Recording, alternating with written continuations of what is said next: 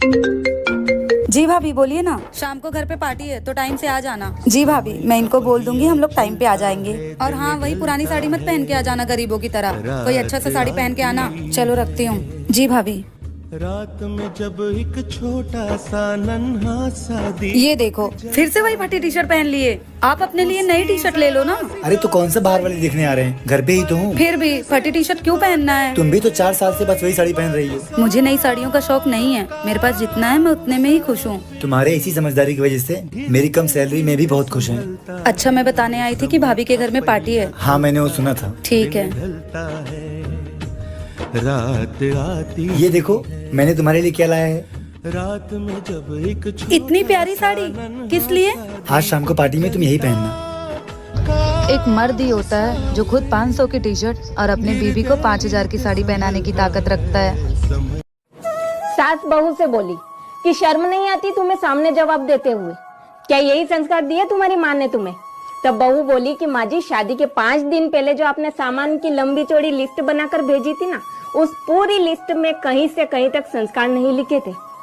और जब उसी लिस्ट की मांग को पूरी करने के लिए मेरी माँ ने अपने गहने और मेरे पापा ने अपनी जमीन गिरवी रखी ना, तो उसके साथ साथ मैंने भी अपने संस्कार गिरवी रख दिए। जीवन बगिया से बहू पानी ला, मेरी बेटी आई है। दीदी ये लीजिए पानी। बहू तुझको बोला था ना कि ये पल्लू सर के नीचे नहीं होना चाहिए, एक बार का कहा समझ में नहीं आता है। मम्मी जी मैं काम कर रही थी इसलिए गिर गया। अच्छा तुमने आज फिर सूट पहन लिया, मना किया था ना मैंने कि मेरे घर में सूट नहीं साड़ी पहनना है। मम्मी जी साड़ी में घर का काम नहीं होता है। ज्यादा ड्रामा ना कर, अभी जाके साड़ी पहन। ठीक है मम्मी जी। माँ आपने भाभी के साथ सही नहीं किया, मैं भी तो सूट पहनती हूँ ना। तू मेरी बेटी है और वो मेरी बहू है, बेटी बहू में बहुत फर्क होता है, समझी? हाँ माँ आप सही कह रही हैं, बेटी बहू में फर्क होता है। और एक बात आप भी याद रखना, सास और माँ में भी फर्क होता है। अगर यही फर्क भाभी करना शुरू कर दी ना, तो कल के आप ये मत कहना कि बहू मुझे माँ नहीं मानती।